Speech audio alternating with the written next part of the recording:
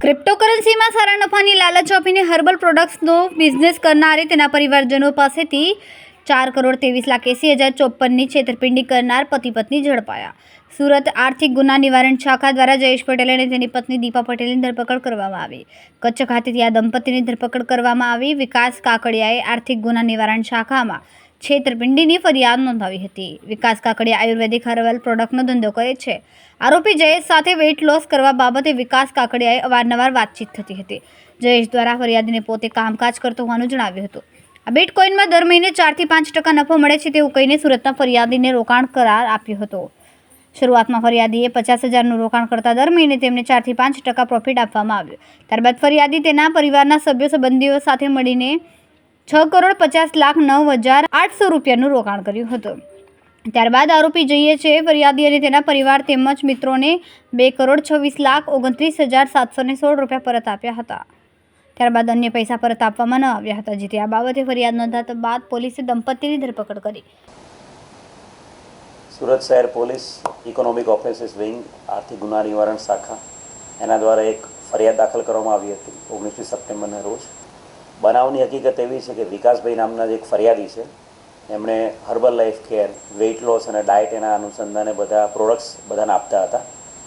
એમાં એમની સંપર્ક એમના મિત્ર મારફતે એક જયેશભાઈ નામના વ્યક્તિ જે અંજાર ગાંધીધામના છે એની સાથે સંપર્ક થયો હતો.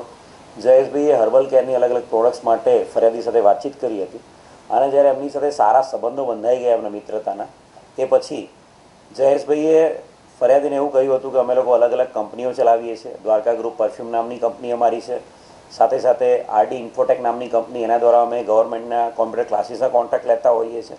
અને એની સાથે સાથે એણે કેકેપી રિંગ નામની કંપનીનો પણ ઉલ્લેખ કર્યો હતો, જેના દ્વારા અલગ અલગ રોકાણ ઇન્વેસ્ટમેન્ટ કરતા હોઈએ છીએ એમ.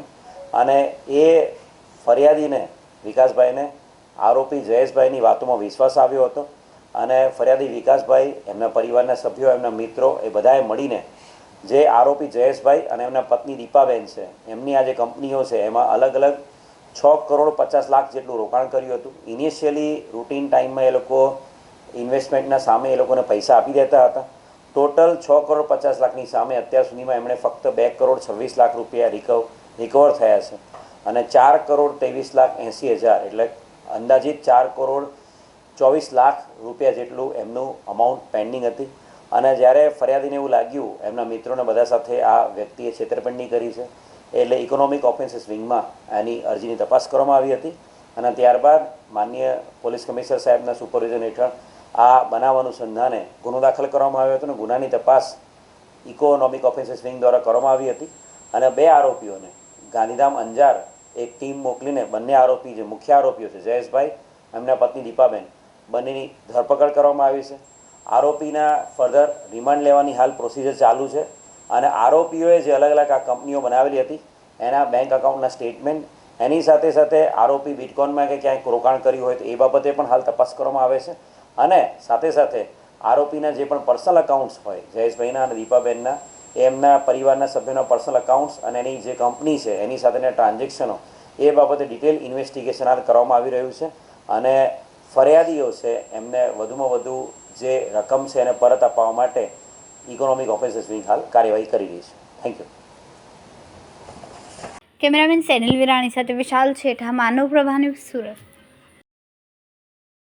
અમારા વિડીયોની નવી અપડેટ મેળવવા માટે સબસ્ક્રાઇબ કરો માનવ પ્રભા ન્યૂઝ ચેનલને. બેલ આઇકન ક્લિક કરો લેટેસ્ટ વિડીયો સૌથી પહેલા મેળવવા માટે.